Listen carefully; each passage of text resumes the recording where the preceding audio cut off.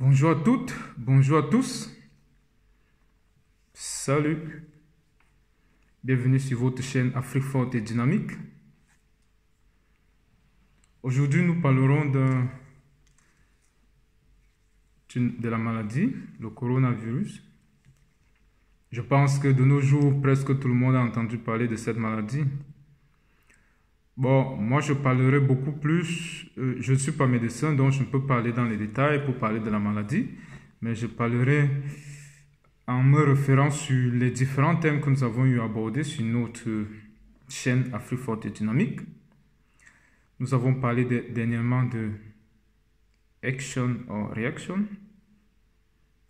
Qu'est-ce qu'il faut être? Est-ce qu'il faut être quelqu'un qui réagit ou bien il faut être quelqu'un qui prend des engagements? Je le dis pourquoi? Parce qu'en fait, nous avons l'impression que de nos jours, ça va de partout, surtout chez nous en Afrique. Les gens veulent un tout petit peu céder à la panique. Donc, tout d'abord, ici à Afrique Forte et Dynamique, moi, je ne peux que vous conseiller de ne pas céder à la panique. Cela ne veut pas dire que le coronavirus ne doit pas nous inquiéter, mais si on est inquiet et en plus on cède à la panique, je pense que ce sera difficile à traiter un cas pareil. Cela dit, il faut beaucoup plus privilégier l'action, pas la réaction, parce que pour le moment j'ai l'impression qu'on réagit à la suite des événements. Normalement, nous devons anticiper pour que nous puissions mieux gérer ce cas. C'est vrai, le coronavirus sévit beaucoup plus en Europe pour le moment, mais je ne pense pas que les méthodes adoptées en Europe soient transportables en Afrique, parce que nous savons tous que chaque fois qu'on a essayé de copier, de faire ce que j'appellerais le copier-coller, et vouloir transposer cela en Afrique, ça ne marche pas. Donc, quand je vois des gens dire qu'il faut tout de suite fermer les frontières, il faut tout de suite faire ceci, faire cela, mais posez-vous la question de savoir si on ferme les frontières de nos tout petits pays, je ne sais pas si nous pourrions encore nous ravitailler.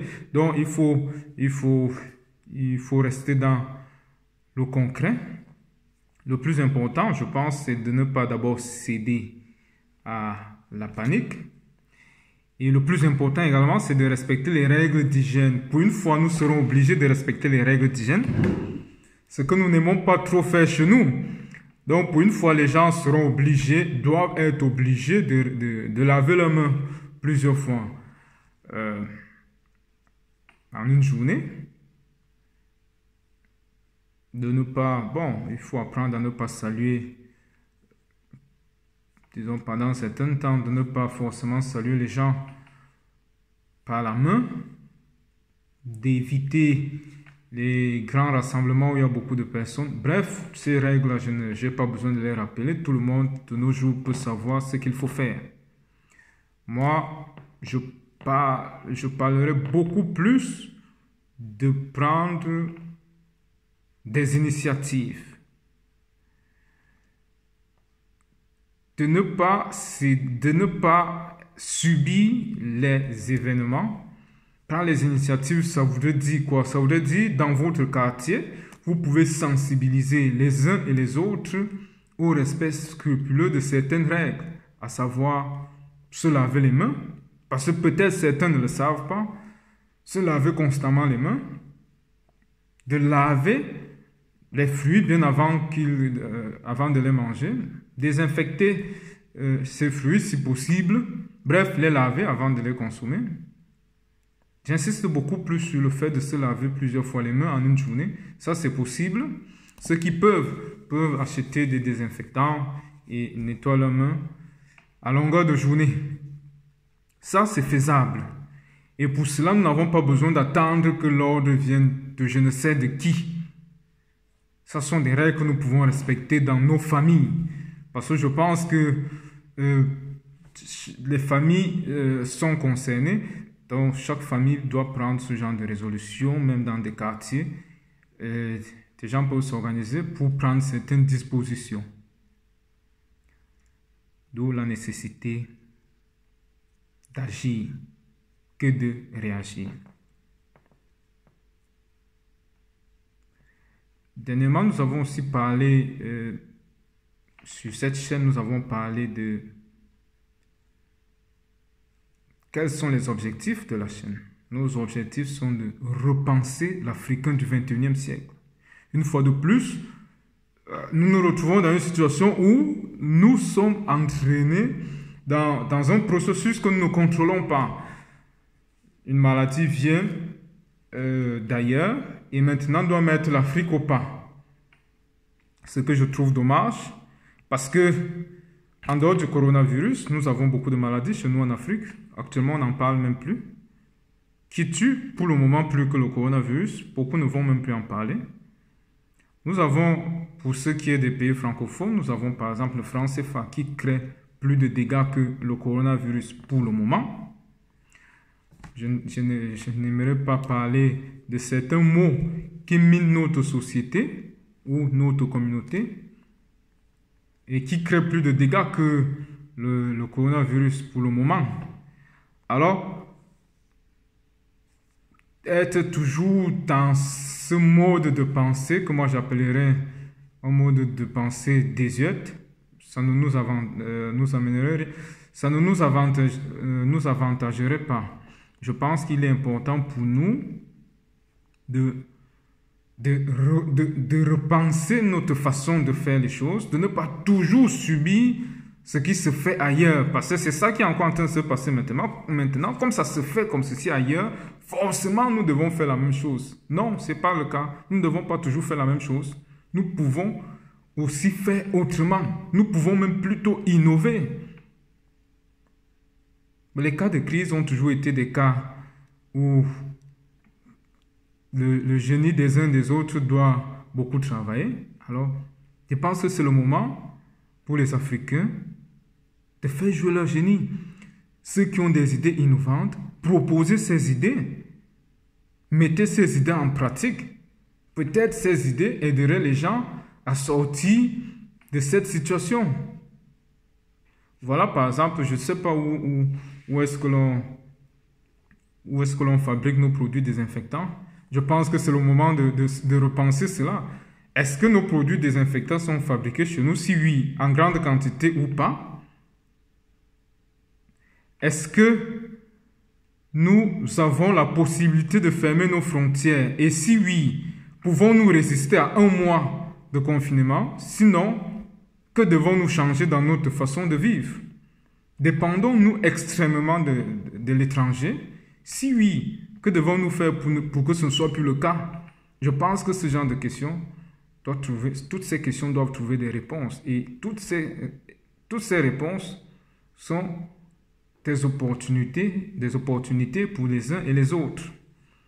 Donc je pense que dans ce genre de situation, il serait beaucoup plus raisonnable de penser autrement, de prendre le problème à cœur, de l'analyser, de voir ce que chacun peut apporter comme solution ou bien ce que chacun peut proposer, parce que c'est toujours facile de critiquer, c'est toujours facile d'attendre la solution venant de je ne sais qui. Pourtant, peut-être à notre petit niveau, chacun peut proposer quelque chose qui peut sauver des milliers de vies. Parce que jusqu'ici, je vois la plupart des gens proposent beaucoup plus ce que l'on voit ailleurs, qui forcément ne marche pas ailleurs, parce que si ça marchait, je pense que la situation serait différente ailleurs. Mais nous voulons copier ce qui n'a pas marché ailleurs pour faire la même chose, croyant que c'est la solution. Alors que peut-être beaucoup de jeunes pourraient proposer autre chose.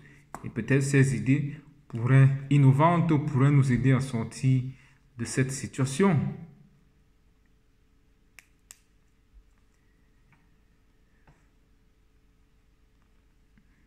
Today, in strong and dynamic Africa, I just only want to talk about this disease, coronavirus, and basically coronavirus in Africa, because I think it is really important for us to change so many things. We are not supposed to do the same thing like we see in Europe or in China. We can also innovate. We can do better than Europe or better than China. Because some people say that we need to close our borders and so on. Is it possible in our countries to stay confined without contact to other countries? Is it really possible in Africa now? I don't think so. I don't think so. So it is the moment for us to think about those kind of problems. If you cannot close our borders, what is the problem? Are we dependent from other countries?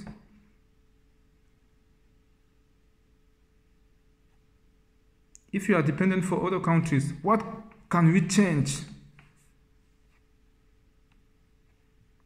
And now we talk every day about coronavirus, but we also have other diseases in our countries, and I think we don't need to forget those diseases. It is also important to think about all those problems, all those diseases, and so on. And I also think that we have the opportunity to change our mentality. We have the opportunity to change our mentality. You know, when you have crises, when we have problems, the first thing is, what can I do to ameliorate the situation? What can I do to change something? What can I do to contribute? So I think it is important for us to find our own solutions.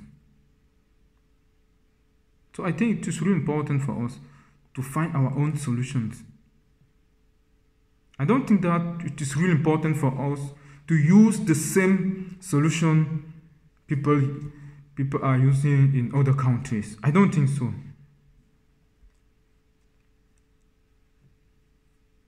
In Africa, we can also innovate. We can have other solutions. I think we can do better than all those other countries and so on. So if you have new ideas, I think it is the moment to contribute. I think it is the moment to use your brain. It is the moment to show what you can do. Because crises are opportunity. When you have crisis, it is also the same moment. At the same moment, you also have the possibility to innovate. You also have the possibility to change things. So I think it is important for us to change our mentalities. I think it is important for us to think about the way of life in our countries. Are we dependent from other countries and so on? So that is what I think. C'était Afrique Forte et Dynamique. Partagez la vidéo autour de vous. J'attends vos questions. J'attends vos propositions de solutions. Surtout, connectez-vous et partagez la vidéo autour de vous. Bonne journée.